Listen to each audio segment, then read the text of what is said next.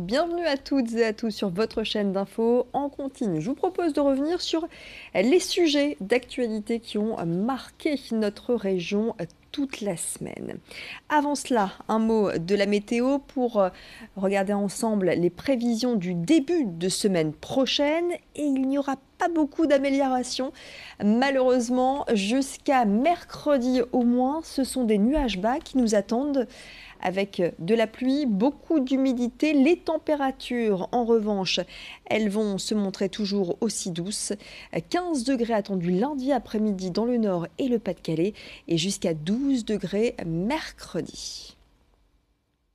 Revenons sur la 30e journée mondiale de lutte contre le sida, ce 1er décembre, 35 ans après l'apparition du VIH. Les traitements ont évolué et sont de plus en plus tolérés par les patients, mais la prévention reste un enjeu majeur pour contrer cette maladie.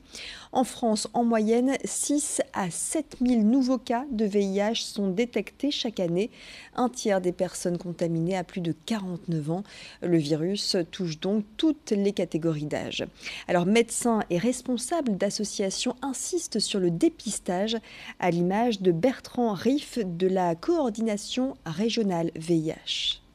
À l'heure actuelle, par exemple, on a un dépistage tardif qui est important, c'est-à-dire des gens qui sont dépistés malades. Ça ne devrait plus arriver grâce aux traitements, puisque les traitements sont une efficacité quand même quasiment totale. Et ces gens sont dépistés tardivement parce qu'on n'y pense pas, parce qu'ils n'y pensent pas, parce que comment faire en sorte que j'y pense, j'aille me faire dépister. Mais peut-être que pour ça, il faut aussi qu'il n'y ait moins de regard négatif sur ces hommes et ces femmes qui auraient pris un risque un jour dans leur vie, c'est-à-dire qui auraient, au décours d'une relation, pris un risque, voire pris des risques régulièrement. Parce que si je vais chez un médecin, si je vais dans un lieu où je vais être jugé négativement parce que je viens demander un dépistage, c'est-à-dire parce que j'ai pris un risque, eh bien je n'y retournerai peut-être plus. L'arrivée de l'hiver signe le retour des risques liés au monoxyde de carbone. Notre région est la plus exposée aux intoxications au monoxyde de carbone. Chaque année, le CHRU de Lille traite entre 350 et 400 patients victimes de ces intoxications. Ils sont pris en charge au centre Hyperbar situé à l'hôpital Roger-Salengro.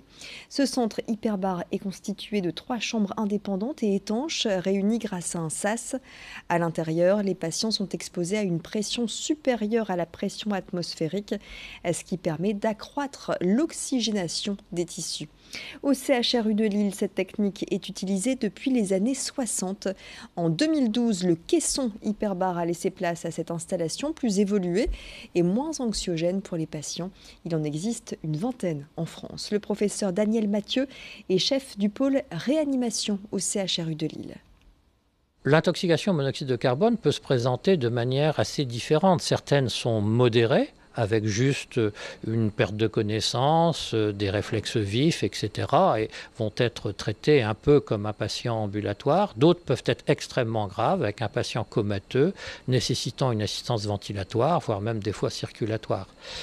L'intérêt du traitement, c'est que le monoxyde de carbone se fixe sur certaines enzymes, certains constituants des cellules et vont en fait perturber à la fois le transport de l'oxygène et son utilisation au niveau cellulaire. Mais quand on le met en présence de très grandes quantités d'oxygène, l'oxygène va déplacer le monoxyde de carbone et va donc restaurer un fonctionnement cellulaire normal. Le portrait du jour, elle vient de remporter le championnat des meilleures mains de France organisé à la porte de Versailles à Paris. C'était le 11 novembre dernier.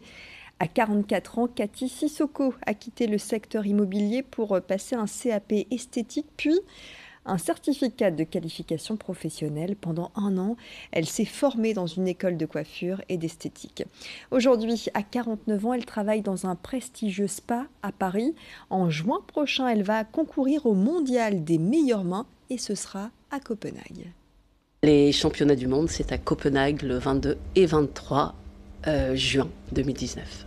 Eh bien, on se prépare à refaire des massages signatures. Alors, massage signature, en fait, c'est la création de mon propre massage.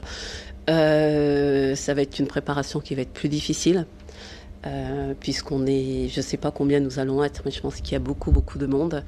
Et là, ce n'est pas un modèle, ce sont des des personnes qui concourent aussi, qui nous jugent, et on est exclusivement en anglais ce concours. C'est une tradition à Steenwerk depuis 20 ans. L'église Saint-Jean-Baptiste accueille l'une des plus grandes expositions de crèches de Noël de la région. Ces crèches sont issues pour la grande majorité des collections de particuliers, des collectionneurs qui parcourent le monde à la recherche de pièces rares. Mais il y a aussi les artisans locaux qui, pour certains, ont fabriqué leurs crèches avec du bois, du métal, du chocolat et même du sandou. L'événement regroupe quelques 25 000 visiteurs chaque année et ça se passe jusqu'au 9 décembre à Steenwerk. On parcourt le monde, hein. Les matériaux, c'est un peu ce que les gens trouvent dans leur pays, hein. On trouve des crèches avec de la matière volcaïque là où il y a des volcans, du bois où là il y a des forêts et les gens travaillent ce qu'ils ont sous la main. C'est un peu un coup de cœur avec ce qu'ils ont, quoi. Il y a une crèche qui nous est venue du musée de la vie rurale et il nous a apporté une crèche un peu surprenante. Elle est faite avec un tonneau, si on peut dire, mais avec les supports, ce sont des vieux outils que les gens ont travaillé et ont eu du mal avec, quoi. Mais c'est vraiment, il y a de l'idée, il y a de la recherche et c'est très beau. Allez, une autre idée de sortie pour votre week-end. On va partir à Lille avec le marché de Noël qui est en place depuis plusieurs jours. Pas moins de 90 chalets vous attendent. Chaque année, 1 million de visiteurs se pressent sur la place Riour pour tenter de trouver tout type d'objets artisanaux ou tout simplement pour flâner dans les allées. Un rendez-vous incontournable pour les commerçants. Certains sont des habitués, d'autres découvrent la capitale des Flandre. Je vous propose de les écouter. Alors là, ça commence un petit peu, on va dire tout doucement, mais bon, on a bon espoir que au fil des semaines, ça ira mieux. Hein. J'espère que ça va bien se passer. On est là pour 40 jours, donc je sais pas trop comment je la sens. C'est la première année, donc on verra, mais j'espère que ça va être cool. Ouais. On aimerait qu'il y ait moins de pluie que l'an passé, voilà. Ça a été loupé un petit peu pour samedi parce qu'on a eu de la flotte, mais sinon ça va. On verra bien. Il y a une bonne ambiance, ça se passe plutôt bien, les clients sont contents, ils aiment bien la place qui est bien plus importante qu'avant et voilà. En général, les clients sont contents, sont satisfaits. Voilà, et le marché de Noël de Lille sur la place Riour, c'est jusqu'au 30 décembre. Profitez-en. Voilà, c'est la fin de cette édition du week-end. Je vous souhaite justement un excellent week-end. Et dans quelques instants, vous retrouvez la suite des programmes de votre chaîne 100% Info dans la région. Excellent moment à vous tous.